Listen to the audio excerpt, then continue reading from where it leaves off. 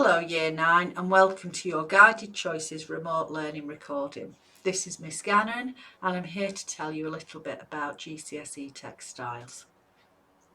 Textile design is really about working with different sorts of fabrics, fabrics, threads and wools, looking at what you can do with them in order to change them, to improve them or adapt them in some way. The course has the same assessment objectives as any of the art and design courses.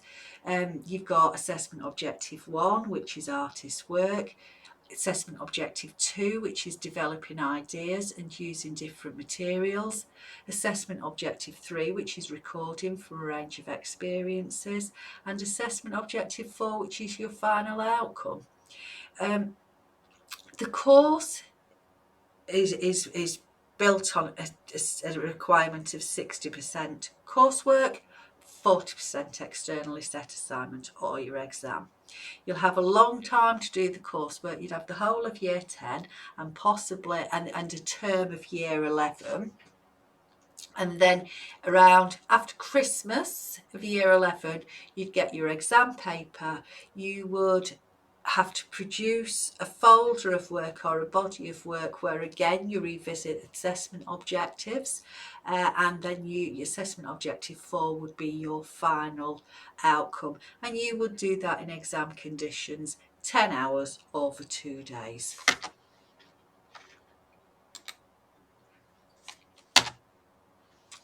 Assessment objective 1, looking at artist work. Well, you're used to doing that. You're used to researching artist's work and saying what you liked about the work and what you think the work is about and a few facts about the artist.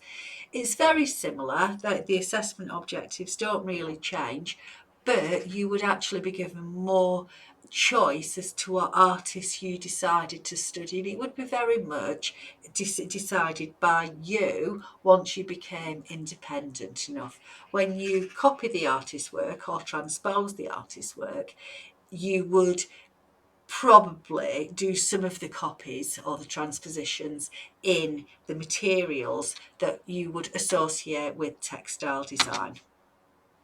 Assessment objective 2 is the assessment objective that most people tend to prefer. It's the using different materials and developing an idea. Your idea would be linked to a theme, the way that you used to doing it in your art and design lessons throughout Key Stage 3. But because you're doing textiles, you'll be concentrating on different textile techniques such as weaving, batik, machine embroidery, hand embroidery, all sorts of dyeing techniques, printmaking and felt making.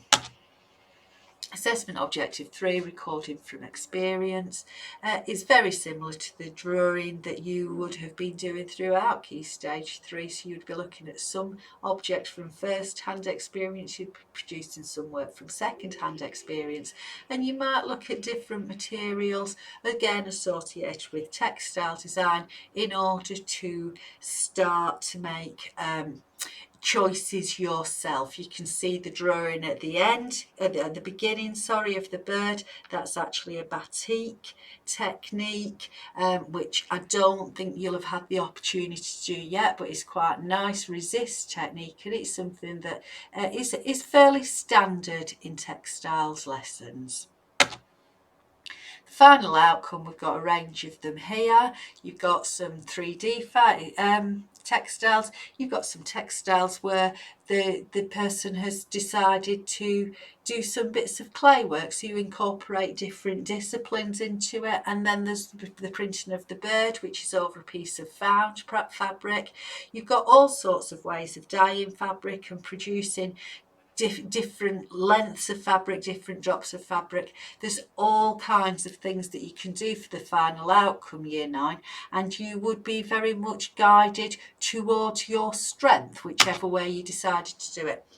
There is huge amount of jobs in or careers in the textile industry. It's fashion designer, product designers, interior designers, the people that actually do the printing. You've got textile designers, you've got people who can do knitting. The craft industry is very, very much starting to become popular again, which is great. So there is job opportunities developing all the time. Okay, thank you for listening, Year 9. I hope to see you soon.